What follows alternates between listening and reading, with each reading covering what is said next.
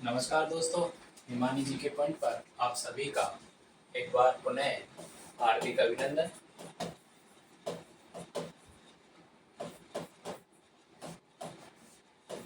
दोस्तों, आज एनसीईआरटी की सीरीज में हम कक्षा 6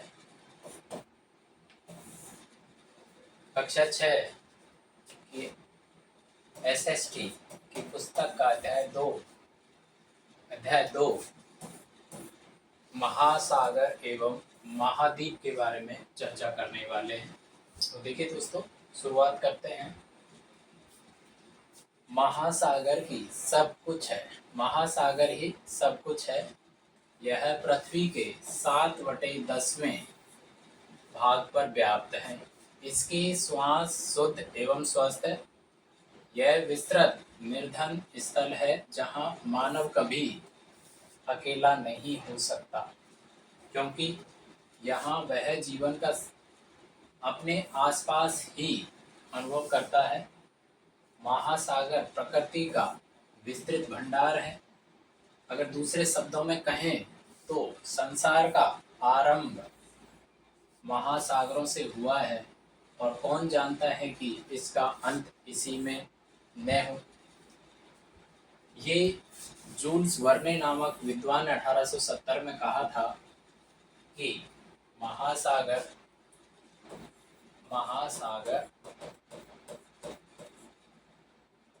पृथ्वी के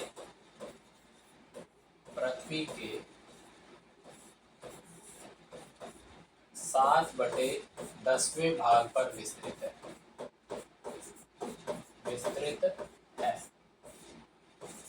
ये बात कही।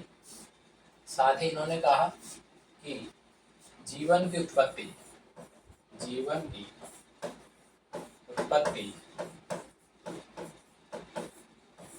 कहाँ से मानी गई। इन्होंने कहा जीवन की उत्पत्ति महासागरों से हुई, या महासागरों में हुई। उक्त विद्वान कहते हैं जीवन की उत्पत्ति महासागरों में हुई। तो आज हमें पता नहीं है कि समाप्ति कहाँ होगी। हो सकता है महासागरों में हो जाए। ये बात जूल्स वर्ने ने 1870 में कही। आगे चलते हैं दोस्तों। देखिए, आप आगे बढ़ते हैं। यह आपके सामने पृथ्वी दिखाई दे रही है, जो ऊपर से फोटो लिया गया है वो इस तरीके का दिखता है। आप देखिए, लिखा है चित्र 2.1 अंतरिक्ष से पृथ्वी का दृश्य या छाया चित्र लूनर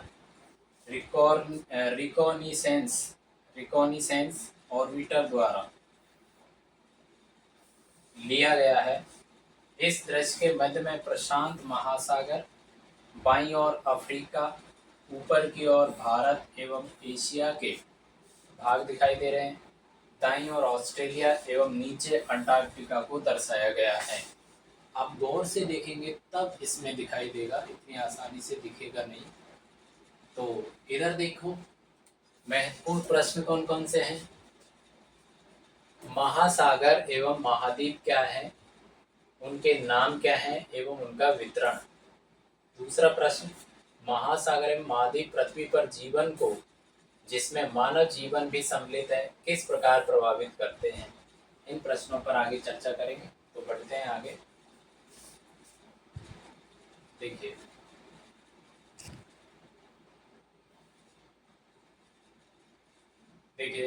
शुरू करते हैं। आइए हम अपने ग्लोब की ओर लौटते हैं और इसे धीरे धीरे घुमाते हैं। आप चंद्रमा से लिए गए पृथ्वी के चित्र को भी देख सकते हैं। आपको सबसे अधिक कौन सा रंग दिखाई देता है।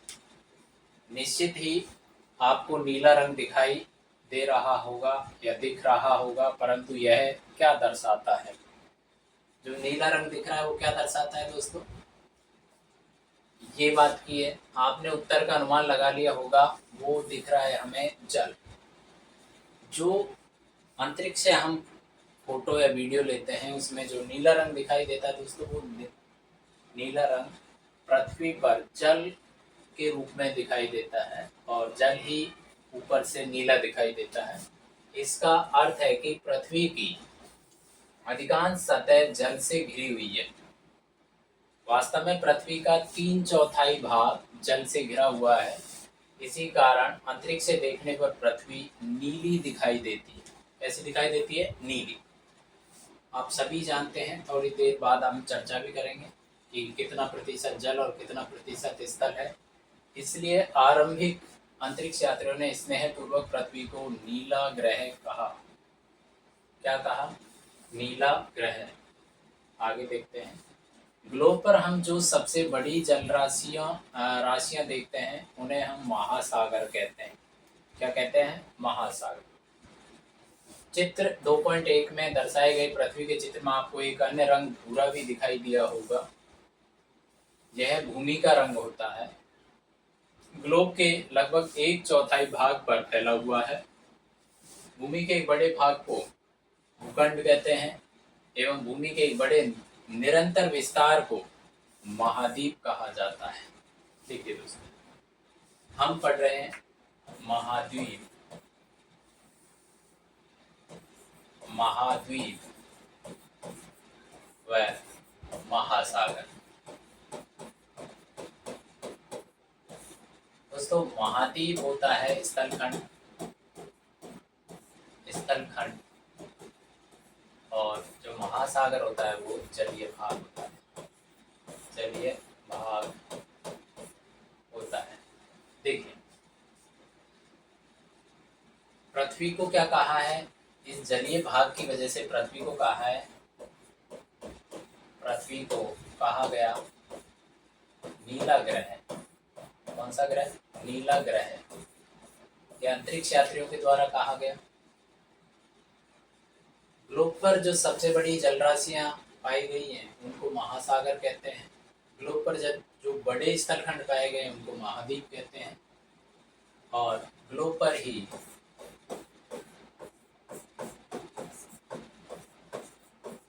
बड़े स्थल खंड को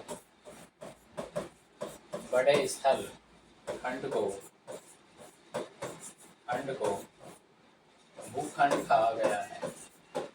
भूखंड कहा गया है। ग्लोब पर जो भूमि का एक बड़ा भाग है उसको क्या कहते हैं? भूखंड कहते हैं। और बहुत सारे भूखंड अगर निरंतर विस्तृत हैं तो वो महाद्वीप बनते हैं। इस तरीके से बात की गई। आगे देखिए, पृथ्वी की जलवायु के निर्माण में महासागर एवं महाद्वीप दोनों अति महत्वपूर्ण भूमिका निभाते हैं। ये जीवन के सभी पहलुओं को प्रभावित करते हैं, जिनमें सभी जीव जंतु, पौधे एवं मानव जीवन भी सम्मिलित है। हम उनके प्रभाव को अपने इतिहास, संस्कृति एवं अपने दैनिक जीवन पर भी देखते हैं। किनके प्रभाव की बात की गई है दोस्तों? महासागर और महाद्वीप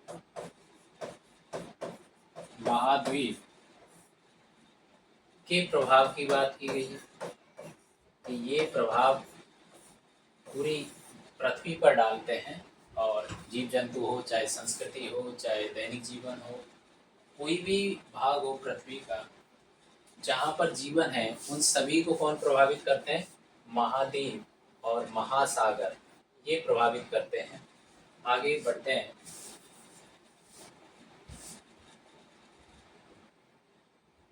देखिए, यहाँ देखें,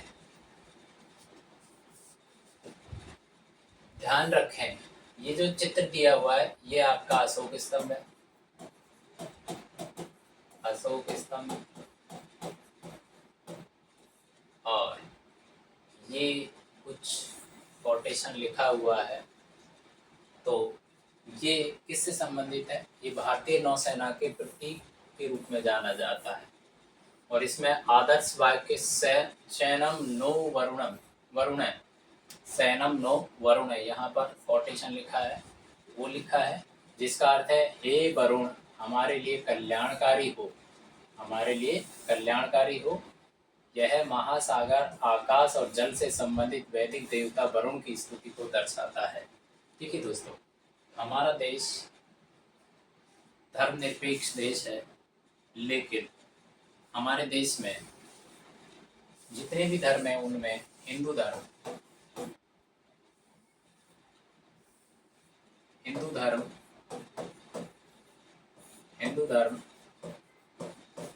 सर्वाधिक बड़ा है, जिसके अनुयायी भारत में सबसे ज़्यादा है। तो इसलिए ये जो कोटेशन परीक्षाओं में भी कई बार पूछा जाता है, और ये चित्र देकर भी आपसे पूछा जा सकता है कि ये किस से संबंधित है। तो दोस्तों ये भारतीय नौसेना से संबंधित है, भारतीय नौसेना का प्रतीक चिन्ह है। आगे चलते हैं, तो इसको भी आप ध्यान रखें, कभी कोई प्रश्न बन जाए तो आप इसको सॉल्व करने की स्थिति में हो।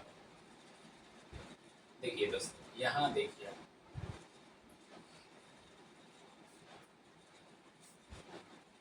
अब आप देखिए, पृथ्वी पर जल एवं भूमि का वितरण, पृथ्वी पर जल एवं भूमि का वितरण, ये आपका ग्लोब का जो चित्र दिया हुआ है, इसको आप गौर से देखिए।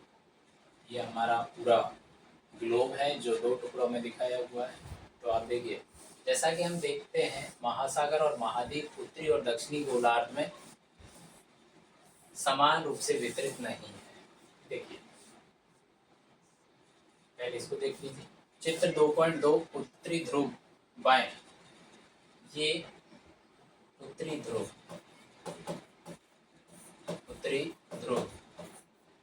और एवं दक्षिणी ध्रुव दाएं, ये दक्षिणी ध्रुव। जो चित्र दिए हैं ध्रुव के ऊपर से दिखता पृथ्वी का मानचित्र है। अब देखिए, अब हम चित्र 2.2 में दर्शाए गए 2 मानचित्रों का परीक्षण करते हैं। यहाँ भी नीले रंग से महासागरों एवं उनके छोटे छोटे विस्तार जैसे सागर और खाड़ी, वे एंड गल्फ आदि को दर्शाया गया है। दोस्तों ये जो इस तरीके का जो रंग दिख रहा है, या इस तरीके का जो रंग दिख रहा है, वो पानी की वजह से दिख रहा है। किसकी वजह से? पानी की वजह से दिख रहा है। और अभी हमने कहा था नीला रंग वो पानी को दर्शाता है, और ये भूरा रंग स्थलीय भाग को दर्शाता है। किसको दर्शाता है? स्थलीय भाग। अभी बात आई यहाँ पर गोलार्ध की। तो दोस्तों देखिए, गोलार्ध को समझ लीजिए,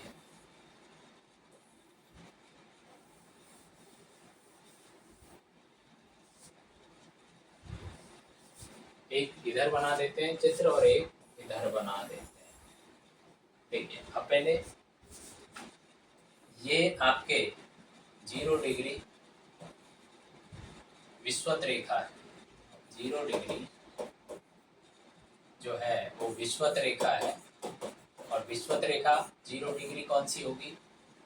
अक्षांशीय रेखा। कौन सी होगी? अक्षांशीय रेखा।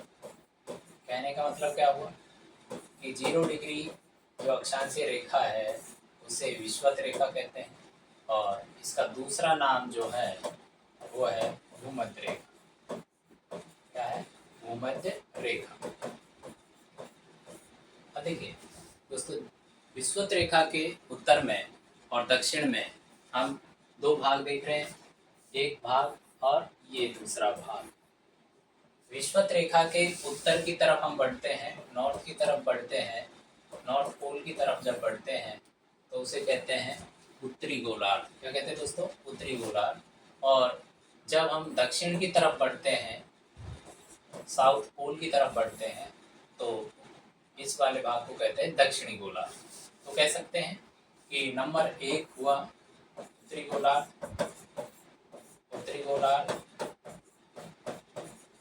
और नंबर 2 हुआ दक्षिणी गोलार्ध।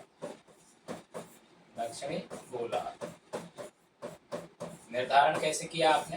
निर्धारण किया विषुवत रेखा को आधार मानकर। किसको आधार मानकर? विषुवत रेखा को आधार मानकर। इसी प्रकार से यहाँ देखिए दोस्तों,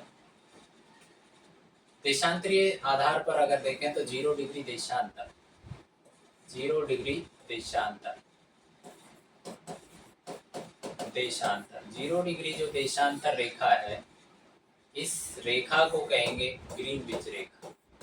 क्या कहेंगे? ग्रीनविच रेखा। और इसके पूर्व की तरफ, सॉरी, इसके पश्चिम की तरफ और इसके पूर्व की तरफ जो भाग है, नंबर इसको डाल देते हैं 1 और नंबर इसको डाल देते हैं 2। नंबर 1 जो भाग है वो हुआ पूर्वी गोलार्ध, पूर्वी गोलार्ध। और नंबर 2 जो भाग है वो हुआ पश्चिमी गोलार्ध। कौन सा गोलार्ध? पश्चिमी गोलार्ध, पश्चिमी गोलार्ध।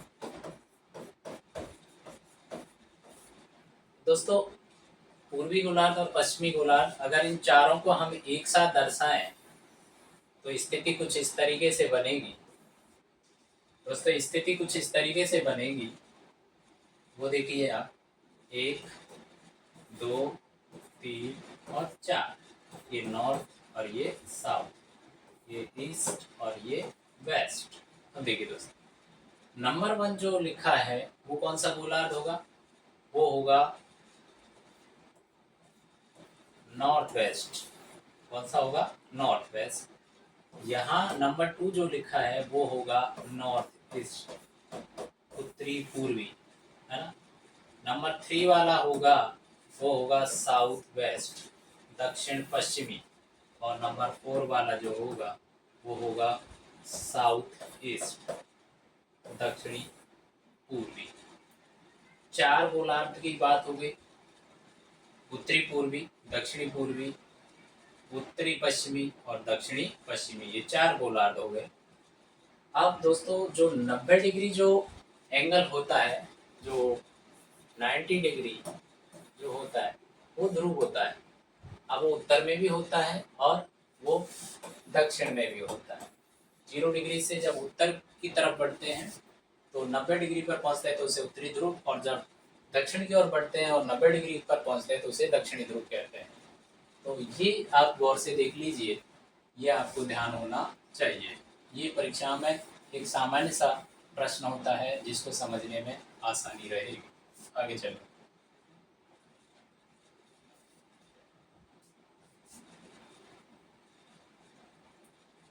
देखिए, यहाँ कुछ आपको एक्टिविटी करने के लिए बोला गया है कि आइए पता लगाएं। क्या पता लगाएं? पहला देखिए, प्रत्येक मानचित्र में वृत्ताकार रेखाओं को क्या कहा जाता है?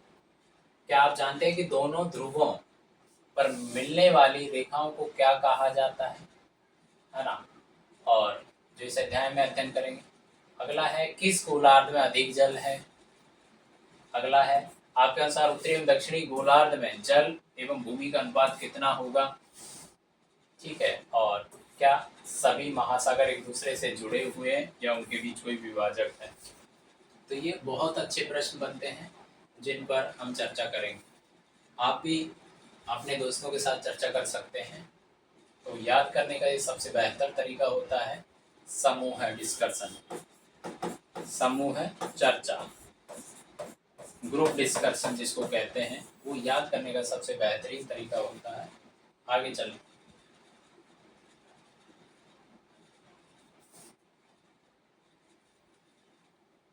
देखिए, चित्र को देखिए आप, आपके सामने जो चित्र दिख रहा है वो बहुत ही बेहतरीन चित्र है। इसमें समुद्र का आंतरिक भाग, जो जलीय भाग है, उसके बारे में दिखाया गया है। देखिए, प्रवाल भित्ति जो समुद्र में कोरल रीफ्स होती है, कोरल रीफ्स एक मूंगे की सहायता से बनती है। समुद्री जीवन कैसा है उसके बारे में यहाँ पर आपकी मछली दिखाई है, जो कि एक बड़े आकार की मछली है। इधर समुद्र के अंदर जो छोटे मोटे विभिन्न प्रकार के जीव जंतु पाए जाते हैं उनके बारे में दिखाया गया है। ये समुद्री एनीमोन पर तारामीन, समुद्री एनीमोन पर तारामीन। और इधर लिखा है शार्क मछली, एक व्हेल मछली, और उसके साथ उसकी छोटी सी एक चिल्लर पार्टी है ना, इसके बारे में दिखाया गया है। आगे देखिए,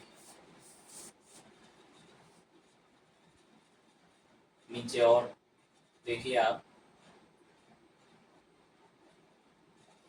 ये आपको डॉल्फिन डॉल्फिन बताई गई है। ये शैवाल है, क्या है, शैवाल। और ये पेंगुइन है, क्या है, पेंगुइन। और ये बोनियर समुद्री टर्टल मतलब कछुआ, कछुआ है, ये समुद्री कछुआ है। कौन सा कछुआ, समुद्री कछुआ है। और ये आपके देखिए उष्णकटिबंध बहुरंगी मछलियों के साथ साथ सतही प्रवाल भित्ति, ये देखिए कितनी प्यारी प्यारी मछलियां हैं, अलग अलग प्रकार की मछलियां हैं, देखिए आप कितनी सुंदर है। और ये प्रवाल, ये क्या है, प्रवाल, ठीक है, जिनको घरौंदे कहते हैं। आगे देखिए, आगे देख लीजिए,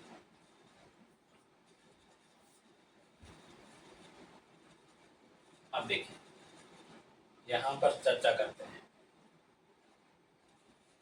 देखिए, पृथ्वी पर उपलब्ध जल का अधिकांश भाग महासागरों में है, परंतु यह जल लवणीय लवणीय या खारा है, लवणीय या खारा है, एवं मानव रहित बहुत से स्थलीय जीवों के उपभोग के लिए अनुपयोगी है। दूसरी ओर अलवणीय जल जो पेयजल होता है का पृथ्वी के जल संसाधनों में अत्यंत हिस्सा है।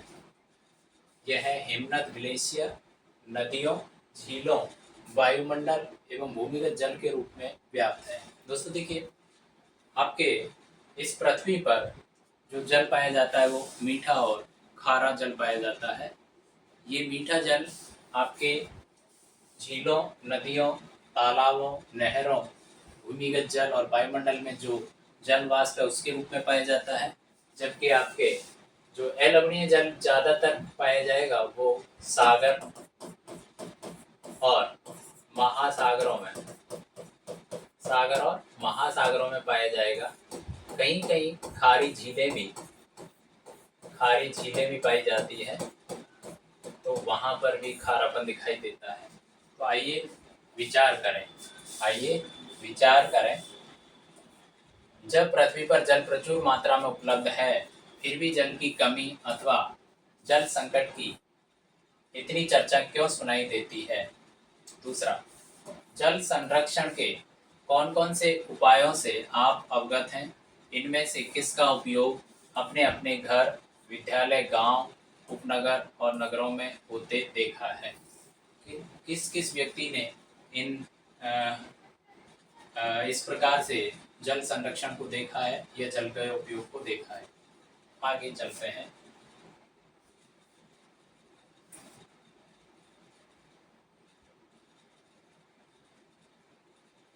यहाँ देखिए, महासागर, ओशियंस, महासागर।